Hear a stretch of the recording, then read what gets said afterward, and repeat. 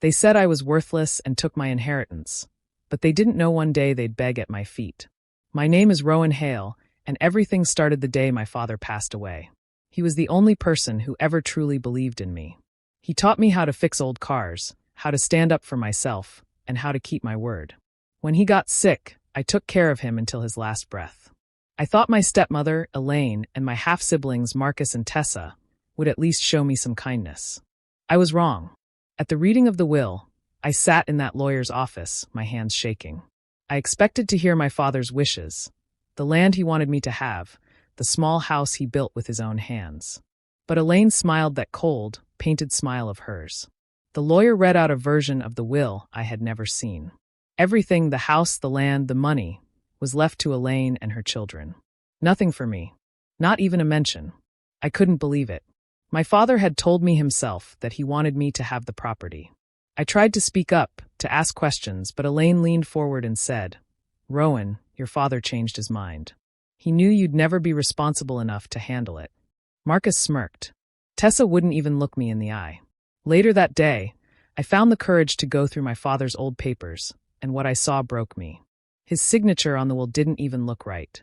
Elaine had forged it. I knew it in my bones. But no one would believe me. She had the lawyer on her side, and I had nothing. When I tried to argue, Marcus pushed me out of the house, shouting that I was just the mistake Dad made before he found a real family. I stood on the porch that night with a single bag of clothes and my father's old toolbox. The porch light flickered behind me as Elaine closed the door in my face. That house, the one where my father taught me everything I knew, no longer belonged to me. I walked away without looking back, tears burning in my eyes. I slept in my truck that night, parked behind the grocery store on the edge of town. I had nowhere else to go. Every time I closed my eyes, I saw Elaine's smile, heard Marcus's cruel words, and felt the weight of what they had stolen from me. But under all that pain, something else began to grow, anger, quiet and sharp. They thought they had destroyed me. They thought taking everything my father left me would make me disappear. But they didn't know me. I had my father's fire in me. As I sat there in that cold truck, clutching his toolbox, I swore to myself, one day they would regret every single word they said. The nights were long and cold in that old pickup truck. I tried to sleep curled up on the seat, using my jacket as a blanket. The windows fogged up, and every sound outside made me jump awake. I had no home, no family, and only a few dollars left. During the day, I cleaned floors at a gym just to afford food and gas. The pay was small, but it kept me alive. I worked when everyone else was asleep, pushing a mop across shiny tiles, trying not to think too much. When the gym was empty, I would sit in the supply closet during my short breaks. That's when the memories would hit me, my father's voice steady and warm, saying, "You've got the hands for fixing things, Rowan. You just need to believe in yourself." I used to stand beside him in the garage, passing him tools while he worked on his truck.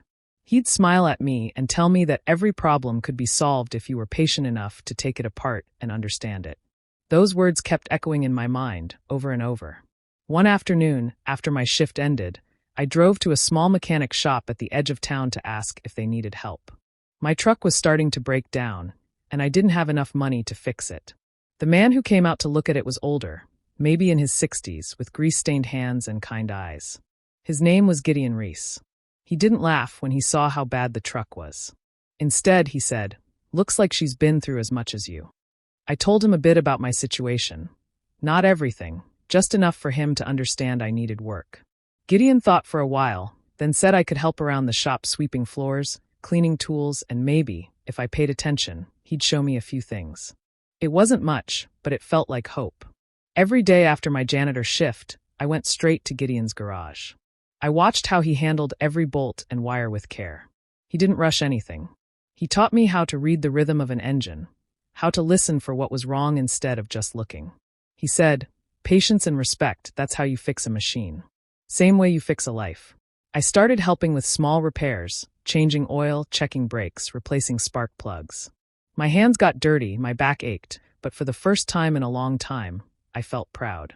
Gideon didn't treat me like I was worthless. He treated me like someone who could learn, someone who mattered. When I finished a job and the engine came back to life, it gave me a strange feeling, something I hadn't felt since my father was alive. It was strength, quiet and steady. I didn't have a home yet, but I was building something that couldn't be taken from me again. Working with Gideon changed everything for me. Each day at the garage made me feel stronger. He never treated me like a charity case. He expected me to learn, to show up on time, and to do the work right. The more I fixed engines and solved problems, the more I began to trust myself again. I started to believe that maybe I wasn't broken after all. Gideon used to say, "Don't wait for someone to save you, kid. Learn how to stand on your own feet." Those words stayed with me. I began keeping track of every dollar I earned. I slept in my truck less and rented a small room above a diner. It wasn't much, but it was clean and warm. I cooked simple meals on a hot plate and saved every extra penny. I even kept a notebook where I wrote down how much I made each week, how much I spent, and what I could do better. Sometimes, when I was closing the shop, Gideon would talk about the years he built his own business. He told me that running a garage was more than fixing cars. It was about honesty, skill, and reputation. I listened closely, trying to learn everything I could. I didn't know it then, but his lessons were shaping me for something bigger. One evening, while I was grabbing coffee at the diner downstairs, I overheard a couple of locals talking about a huge renovation happening out near the Hale property, my father's old estate. I froze. They said Elaine had turned it into some kind of country-style mansion, adding a pool and fancy landscaping. They were spending big, showing off to the whole town. I drove out there that night. I parked on the side of the road where no one would see me and walked up the dirt path. The sight hit me like a punch. Bright lights glowed through the windows, and I could hear laughter coming from inside. The porch had new railings, the kind that gleamed in the moonlight. My father's truck, the one that should have been mine, sat freshly painted in the driveway. Through the window, I saw Elaine wearing a silk robe, holding a glass of wine. Marcus and Tessa were sitting around a long table, joking like nothing bad had ever happened. They looked happy, comfortable, and completely unaware of what they had done to me. My chest burned. I remembered that night they called me worthless, how they had thrown me out without a second thought. I stood there in the dark for a long time, gripping the fence until my knuckles turned white. The pain that used to make me cry now felt different, heavier, sharper, but clearer too. That night, I didn't cry. I drove back to town with a calm kind of fury growing inside me. If they could build that kind of life with stolen money, then I could build something bigger with my own hands. They took what my father left me, but they couldn't take what he taught me. I was going to rise, not just to survive, but to show them exactly who they had thrown away. One morning, Gideon called me into his office. He looked tired, sitting behind his cluttered desk with a stack of unpaid bills beside him. He told me the garage wasn't doing well. The rent was too high and business had slowed down. Then he said something I didn't expect. "Rowan," he said, "I'm getting old, and this place deserves someone who still has fire left. How would you feel about taking over part of it?" At first, I thought he was joking. I didn't have much money, but he told me he trusted me. He said I could buy in slowly, pay him over time, and make the place my own. I didn't even have to think twice. I shook his hand right there, grease and all. It was the first real chance anyone had given me since my father died. I spent that weekend painting new signs and cleaning the garage from top to bottom. I renamed it Hale Repairs, after my father. Seeing the name on the front wall made something light up inside me. It was small, but it was mine. I wanted people to know my name not because of what I'd lost, but because of what I could do. The days that followed were hard. I worked from sunrise until long after midnight. Sometimes I slept on an old couch in the office, using my jacket as a pillow. I kept a little coffee pot by the workbench and lived on instant noodles. Gideon stopped by most mornings to help, but he let me take the lead. I handled customers, ordered parts, and fixed every car that came in. Soon, people started noticing. A man came in saying his neighbor told him about a young mechanic who charged fair prices and never lied about what was wrong with a car. Then another customer came, and another. Each one left with a smile and told someone else. In a few months, the lot was full of cars waiting to be fixed. Some days I could barely keep up. The big shops around town started to lose customers to me, and I could feel their eyes on my little garage. For the first time in years, I didn't feel invisible. I was exhausted, sore, and covered in oil, but I was finally building something that was truly mine. One afternoon, while I was working on an old Mustang, a tall man in a suit walked into the garage. He looked out of place among the smell of oil and the sound of tools. He introduced himself as Dean Kerrigan, a local investor who specialized in small businesses. He said he had heard about my shop from a client who wouldn't stop talking about the woman who fixed cars better than anyone else in town. Dean watched me work for a while, asking questions about how I handled the repairs, where I got my parts, and how many cars came through each week. I thought he was just curious, but at the end of the conversation, he surprised me. He said he wanted to help me expand, not just fix cars, but restore classic ones. He believed there was a market for it, and he wanted to be my partner. At first, I didn't know what to say. I had built everything from the ground up, and I was scared of losing control. But Dean seemed genuine. He didn't want to take over. He wanted to grow the business with me. After a few long nights of thinking and running the numbers, I agreed. Within months, things changed. We bought better tools, hired 2 more mechanics, and started working on vintage cars that collectors brought from other states. The sound of engines and laughter filled the garage from morning to night. I even started getting featured in the local paper, Hail Repairs, the woman bringing old cars back to life. It felt surreal. People finally saw me for my talent, not my past. My name was starting to mean something again, but my family acted like I didn't exist. They still lived in my father's old house, showing off as if they'd built their fortune themselves. I didn't care about them, at least that's what I told myself. Then, word began to spread around town that Elaine's renovation business was in trouble. Clients pulled out, suppliers stopped trusting her, and rumors of unpaid debts floated around. Marcus had made some bad deals, and Tessa's rich husband had left her. I didn't say a word. I just kept working, wiping the grease from my hands while their world slowly began to crumble, the same way they once watched mine fall apart. The news about my family's downfall came little by little. At first, I heard from a customer that Marcus had started some kind of business deal with investors from another state. He was bragging around town about how he'd make millions. But a few months later, the same people who praised him were shaking their heads. The deal had gone bad, and Marcus had lost everything he owned. His fancy car got taken back, and people stopped answering his calls. Then there was Tessa. She had always loved attention, the parties, the expensive clothes, the rich husband. But one morning, I saw her face on the front page of the local paper. Her husband had filed for divorce after finding out she had been spending money they didn't have. The story spread fast, and soon everyone was talking about it.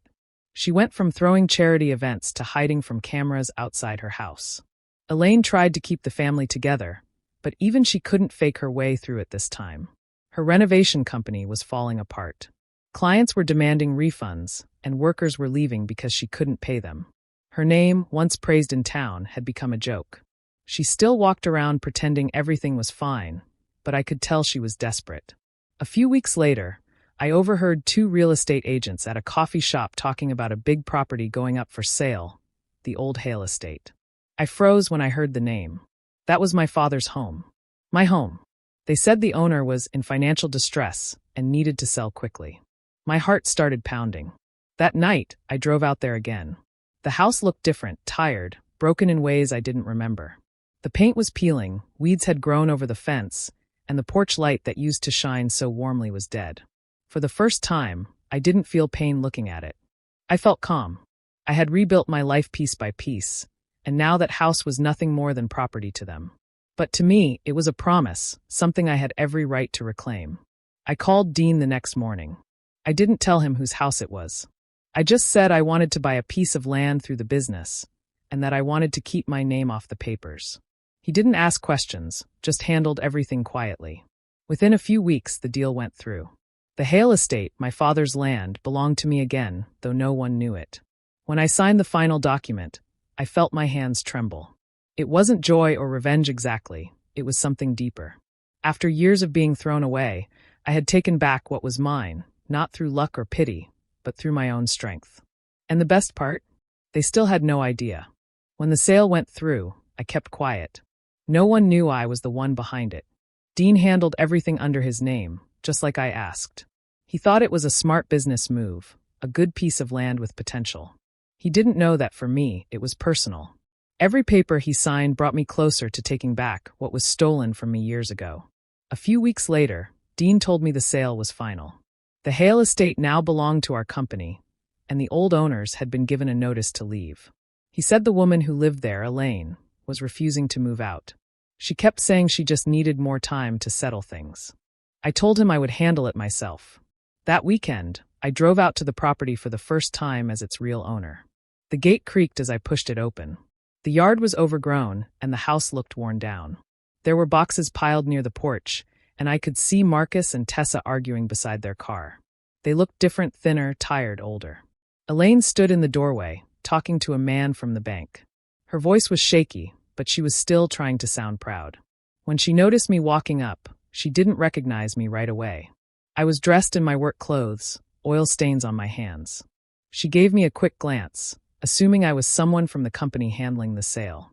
"We just need a little more time," she said quickly. "Please tell the new owner we'll have the money soon." Marcus stepped forward, his tone softer than I'd ever heard it. "Whoever's buying this place doesn't understand what it means to us," he said. I almost laughed. The words stung with irony. Tessa just stood there, quiet, clutching her phone like it could save her. I didn't say anything yet. I just walked past them toward the front door. Inside, the air smelled of dust and old memories. The furniture was covered with sheets, and my father's old chair was gone. It didn't feel like home anymore, just a shell of what once was. When the paperwork arrived, I sat down at the same table where they once told me I was worthless. I signed my name slowly, letting the pen glide over the paper. Elaine came in then, ready to beg the new owner to give her another chance. When she saw my signature, she froze. Her mouth fell open, her face drained of color. I stood up and looked her in the eye. She tried to speak, but no words came out. For a moment, the whole house was silent except for the sound of the pen dropping to the table. She finally realized who had bought the estate. The woman she had called worthless now owned everything she had left. And there was nothing she could do about it. A few days after the papers were signed, I went back to the house to make sure everything was cleared out. The moving trucks were gone, and the yard looked empty. I could see my family standing near the porch with their bags and boxes. Their car was packed, but it looked like they had nowhere to go. They had sold almost everything to pay their debts, and now even the house wasn't theirs anymore. When I stepped out of my truck, they all turned to look at me. Elaine's eyes widened, and for a second, I saw something I had never seen on her face before: fear. Marcus looked like he hadn't slept in days, and Tessa's hair was messy, her clothes wrinkled. They didn't look like the proud, perfect family that once threw me out of this place. Elaine spoke first. Her voice was shaky, but she tried to sound calm. "Rowan, you don't understand what's happening. We just need a little help. We've had some bad luck, that's all. If you could loan us something, we'd pay you back." She said it like we were still family, like nothing had ever happened. Marcus stepped forward next. His eyes were red, and his hands were shaking. "Rowan, please," he said quietly. "I messed up. I lost everything. I didn't mean what I said before. You're stronger than all of us. I just need some time to get back on my feet." Then Tessa started crying. She tried to smile through her tears. "I'm sorry," she said. "We were wrong about you. You didn't deserve what happened." She looked at me like a child begging for forgiveness. I didn't say anything at first. I just stood there, listening to their words, feeling the wind move through the empty yard.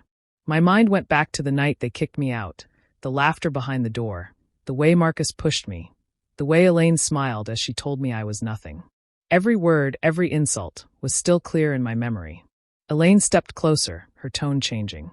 "You're not going to just leave us like this," she said sharply. "We're your family." That was the moment I finally spoke. "No," I said softly. "You made sure I wasn't." They all went quiet. Marcus wiped his face with his sleeve, and Tessa looked down. Elaine still tried to glare, but her voice was weak now. I reached into my pocket, pulled out the keys to the house, and looked at them one last time. "This place belongs to me again," I said. "And you need to leave." I turned and walked toward my truck. None of them followed. I could feel their eyes on my back, but I didn't look around. When I started the engine and drove away, they were still standing in the driveway, broken, silent, and exactly where they had once left me. After they were gone, the house was completely silent. The rooms were dusty, the floors creaked, and most of the furniture was broken or missing. But when I stood in the middle of it all, I could almost hear my father's voice again. This was the place where he taught me how to use a wrench, how to fix things instead of throwing them away. I decided right then that I would bring the house back to life, just the way he wanted it. Every evening after work, I drove out there with tools and paint. I started small, fixing one room at a time. I replaced the old wooden steps, cleaned the walls, and repaired the roof that had started leaking. I kept my father's workshop locked the whole time. I couldn't bring myself to touch it yet. His tools were still there, laid out neatly, just as he had left them. The smell of oil and wood made it feel like he was still around, watching me work. The process was slow, but it felt right. I didn't rush. I took my time sanding the floors, fixing the windows, and repainting the walls in the same colors my father had chosen years ago. Every repair reminded me of something he'd said. Every nail and brushstroke pulled me closer to the peace I had been searching for. The house started to look alive again, like it was breathing. When I finally unlocked the workshop, I stood at the doorway for a long time. Dust floated in the sunlight, and my father's old chair sat beside the workbench. I didn't move anything. I just wiped the tools clean and swept the floor. That place was sacred to me, and I wanted it to stay exactly the way he left it. It was a reminder of where I came from, of everything I had fought through to get back here. One afternoon, Gideon stopped by. He looked around, his eyes full of pride. "You did all this?" he asked. I nodded. He smiled and patted my shoulder. "Your dad would have been proud. You built something real, Rowan. Most people don't get to say that." We sat on the porch after that, drinking coffee as the sun went down. For the first time in years, I felt calm. There was no anger, no bitterness, just quiet. The house wasn't just a building anymore. It was proof that I had survived, rebuilt, and kept my promise to the man who taught me how to stand on my own. When Gideon drove away, I stayed outside, watching the lights flicker through the windows. The air smelled like fresh paint and pine trees. I smiled to myself, knowing that everything I had lost I had found again, not through revenge, but through the strength my father had planted in me long ago. Time passed quietly after I finished restoring the house. Word around town was that Elaine and her children had left. No one knew where they went. Some said they moved to another state. Others said they were staying with distant relatives. I didn't really care.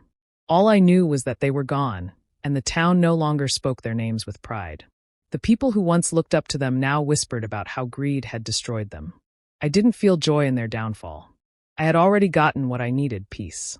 My business was doing better than ever, and I finally had more money than I knew what to do with. But I couldn't forget how hard those early days had been, sleeping in my truck, having no one to help me. So, I decided to do something good with what I had built. I started a small program through Hale Repairs to train young women who were struggling, just like I once was. Some of them were single mothers, some had dropped out of school, and others had nowhere to go. I taught them how to fix cars, how to run a business, and how to take pride in their work. Watching them grow stronger and more confident reminded me of myself years ago. Helping them felt better than any amount of money could. It felt like something my father would have been proud of. Even with everything I had built, there was still one thing I needed to do. One afternoon, I drove to the old cemetery on the hill, the one where my father was buried. The road was quiet, and the air smelled like rain. I parked near the gate and walked up the path with a small box in my hand. Inside it were the keys to the estate, the house I had fought so hard to reclaim. When I reached his grave, I knelt down and brushed the leaves away from his name. For a long moment, I just sat there, thinking about everything that had happened. The betrayal, the struggle, the long nights of work, and the people who had believed in me when no one else did. I placed the keys beside the stone and whispered, "It's yours again, Dad. I just took care of it for you." The wind moved gently through the trees, and I felt a calmness I couldn't explain. I stood up, looked at the sky, and smiled. I didn't need revenge anymore. I didn't need anyone's approval. I had kept my father's promise, built a life of my own, and turned pain into purpose. As I walked back to my truck, I looked at the house key one last time before leaving it there. My father's words echoed in my mind, and I said quietly to myself, "They called me worthless, but I became everything they couldn't." Do you think Rowan did the right thing by walking away from her family, or should she have given them another chance? Let me know your thoughts in the comments, and don't forget to subscribe for more emotional stories like this.